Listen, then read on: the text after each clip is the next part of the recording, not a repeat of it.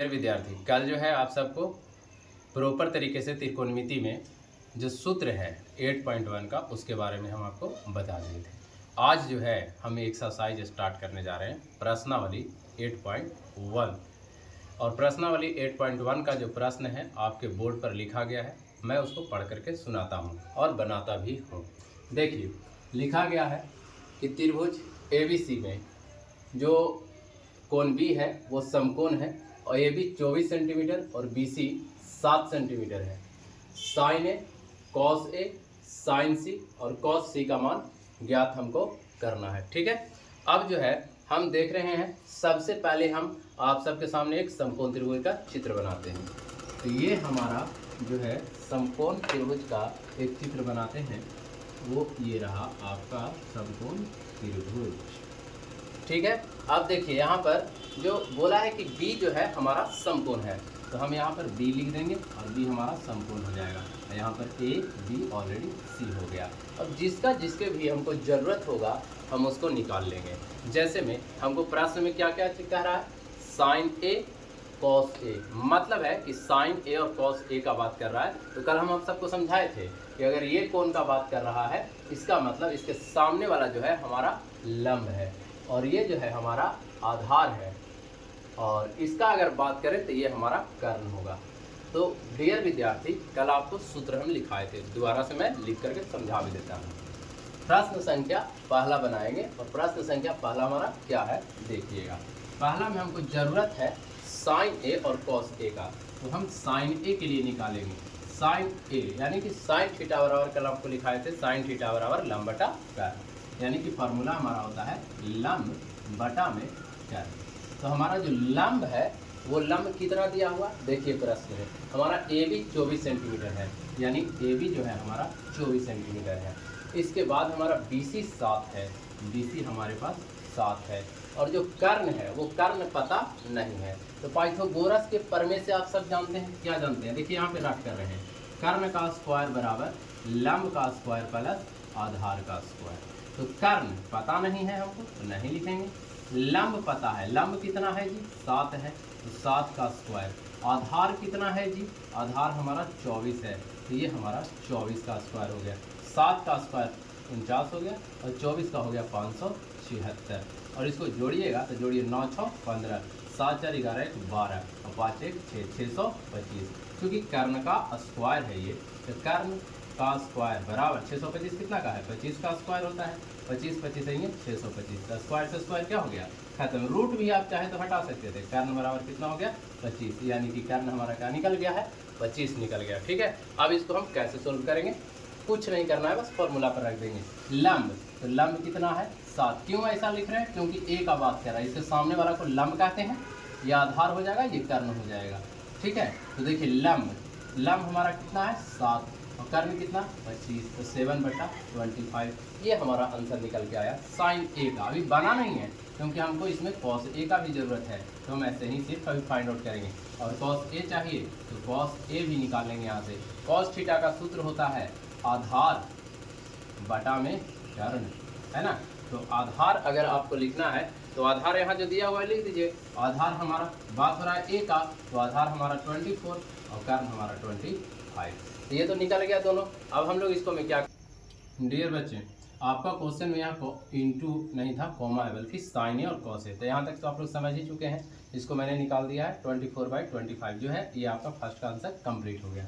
अब मैं second question को आपके बनाता हूँ, जिसमें हमको चाहिए क्या साइन C, कॉमा है यहाँ पर भी और यहाँ पर भी हमारा है कॉस C, मतलब कि फर्स्ट के जैसा इसको भी निकालना है। तो साइन C बराबर फार्मूला क्या होगा, फार्मूला तो वही होगा जो साइन A का है, क्या होगा लंब बटा में कर्ण। ठीक है, अब देखिए C का बात कर रहा है, मतलब यहाँ पर है, तो यहाँ पर में हम आपको क्या बताएं कि करने में कोई बदलाव नहीं होगा, और ये जो है आपका लंब बन जाएगा और ये आपका आधार बन जाएगा। सिर्फ याद रखिएगा A रहेगा तब सामने वाला लंब और ये आधार होगा, बाकी किसी में बदलाव नहीं होता है। तो साइन C बराबर लंब बटा कर्ण, तो लंब हमारा कितना है जी 24, कर्ण कितना हो गया बाबू 25, तो ये निकल गया साइन C आपको। ठीक है, साइन C आप लोग समझ गए। अब हमको दूसरा में पूछ रहा है कॉस C इसी का, तो देखिए कॉस C भी आसानी से निकाल देंगे। कॉस C बराबर कॉस सी का सूत्र भी वही होता है, आधार बटे कर्ण। तो लिख देंगे आधार बटा में कर्ण। अब कुछ नहीं, आधार का वैल्यू रख दीजिए। आधार कितना है अपने पास 7 है, कर्ण कितना है 25। ये सेकंड का भी आपका बन गया। ठीक है, समझ गए होंगे। अब नेक्स्ट क्वेश्चन देखते हैं। डियर विद्यार्थी, पहला प्रश्न आप लोग को अच्छे समझ में आ गया होगा, उम्मीद करते हैं। आइए प्रश्न संख्या 2 को अच्छे तरीके से समझते हैं। क्वेश्चन आपके बोर्ड पर लिखा गया है, आकृति 8.3 में tan p minus cot r का मान ज्ञात करना है। चित्र आपके सामने दिया गया है। तो सबसे पहले इसमें हम लोग को देखिए ना, कर्ण दिया गया है, लंब भी दिया गया है और आधार नहीं है। और tan थीटा का फॉर्मूला वही होता है लंब बटा आधार। यानी पहले बात हो रहा है p का, अब p का बात करेगा विद्यार्थी तो ये सामने वाला ही हमारा लंब बन जाएगा और ये हमारा आधार बन जाएगा। इससे क्या पता चल रहा है कि भाई ये नहीं है, इसको हमको फाइंड आउट करना ही पड़ेगा। तो आइए सबसे पहले हम इसके अकॉर्डिंग आधार निकालते हैं, फिर समझाते हैं आप सबको QR कैसे निकालोगे, पाइथागोरस का प्रमेय करके प्रयोग। तो चलो बच्चों नीचे में प्रयोग करें। QR बराबर क्या होता है फॉर्मूला, कर्ण का स्क्वायर माइनस में, देखो ये क्या है, ये QR क्या है, QR आधार है ना। तो आधार बराबर क्या हो गया, कर्ण का स्क्वायर माइनस में लंब का स्क्वायर। ये आपका सूत्र हो गया। तो कर्ण का सूत्र लगा दिए। कर्ण का मान कितना है 13 है, तो 13 का स्क्वायर लिख दो। लंब कितना है 12, तो 12 का स्क्वायर लिख दो। तो कर्ण जो हो गया 13 का स्क्वायर 169, याद नहीं होगा 12 का कितना होता है 144, और सब्ट्रैक्ट कर दो मतलब घटा दो तो 125 आ जाएगा, है ना।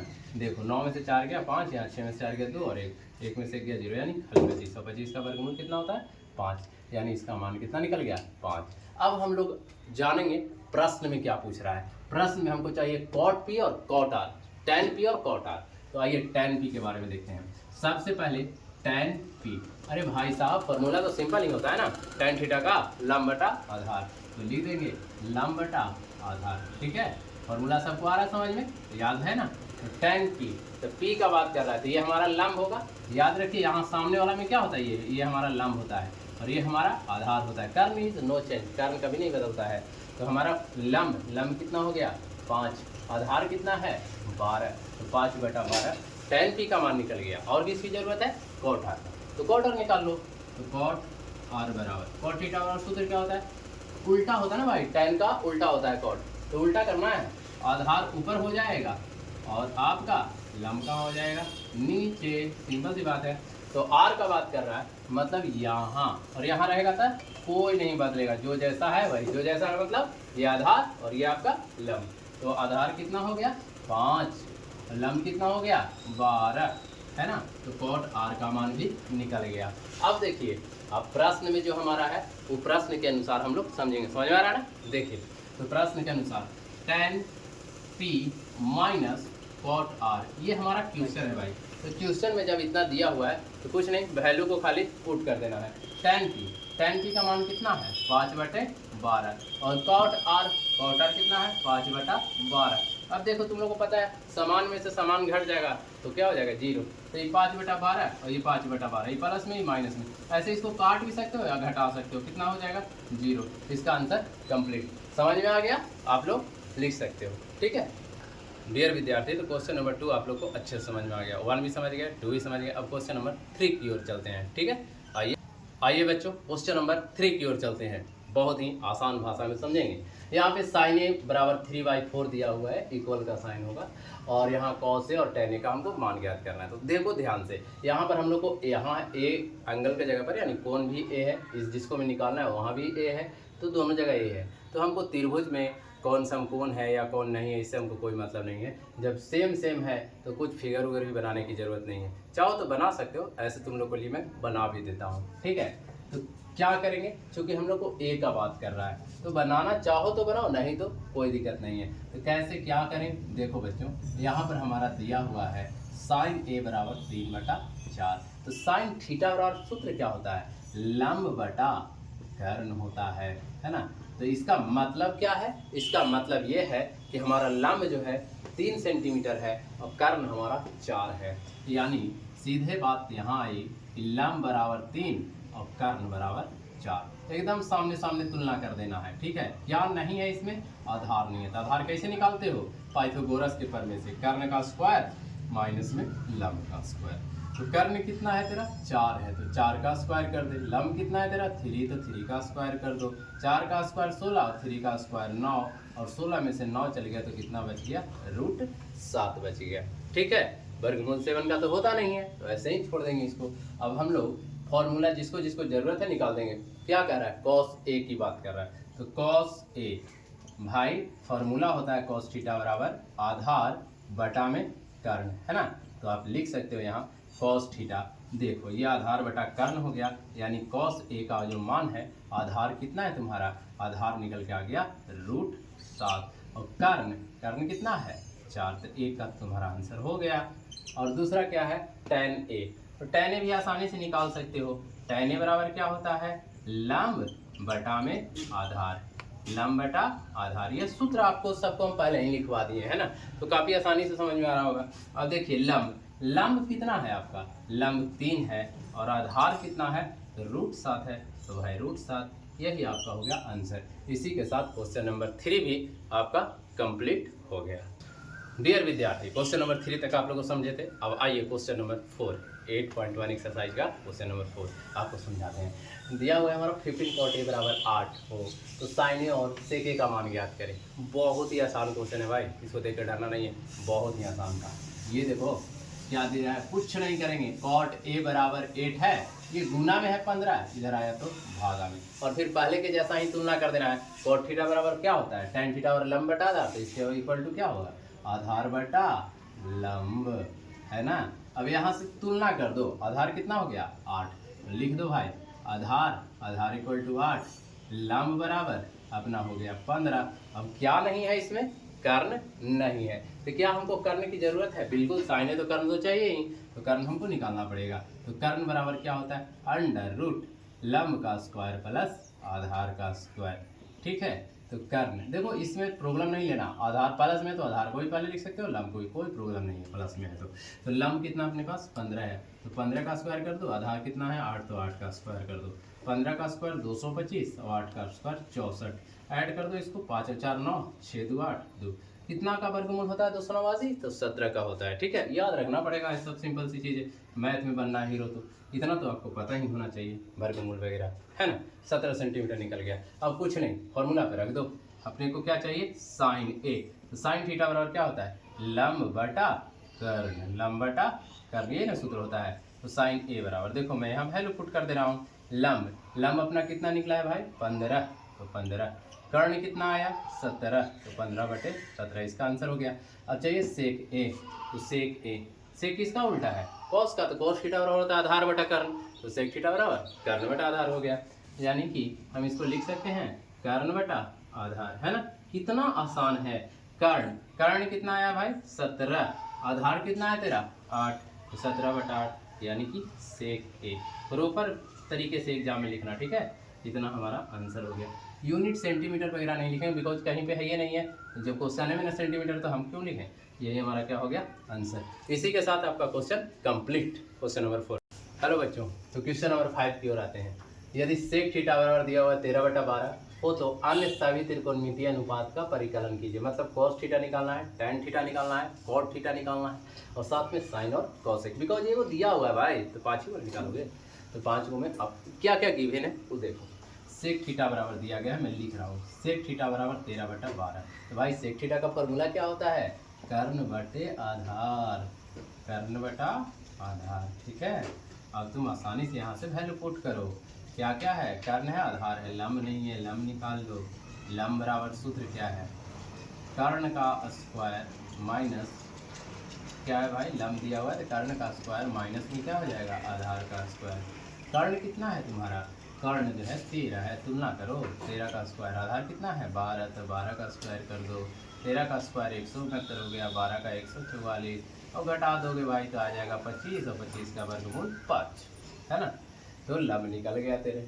अब जिसका जिसका जरूरत है निकाल दो, इसको तो जरूरत ही नहीं है, ऐसे बन ही लिख दो यहाँ पे। cos थीटा बराबर, cos थीटा का सूत्र सबको याद है ना, देखो यहाँ मैं लिख रहा हूँ, cos थीटा बराबर क्या होता है, आधार बटा में कर्ण। यानी कि कहने का मतलब क्या है भाई, कि cos थीटा आधार कितना है तेरा, यहाँ जा, आधार तेरा 12 हो गया, और कर्ण कितना हो गया, यहाँ कर्ण कितना है 13 है, तो 12/13 यहाँ भर दो, 12/13। ये तुम्हारा आंसर कंप्लीट हो गया है ना। दूसरा में क्या चाहिए, tan थीटा। तो देखो tan थीटा बराबर क्या होता है, लंब बटे आधार है ना।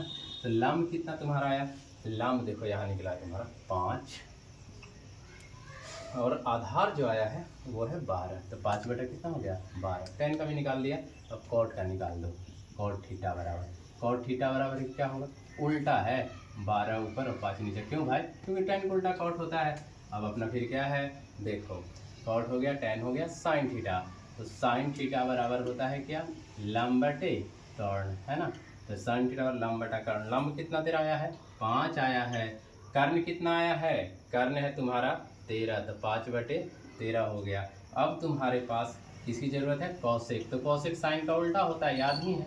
13 ऊपर हो जाएगा और 5 नीचे। इन सबको यहाँ लिख दो सजा करके एक क्रम में। क्या है, tan थीटा है। तो tan थीटा का कितना आया 5/12।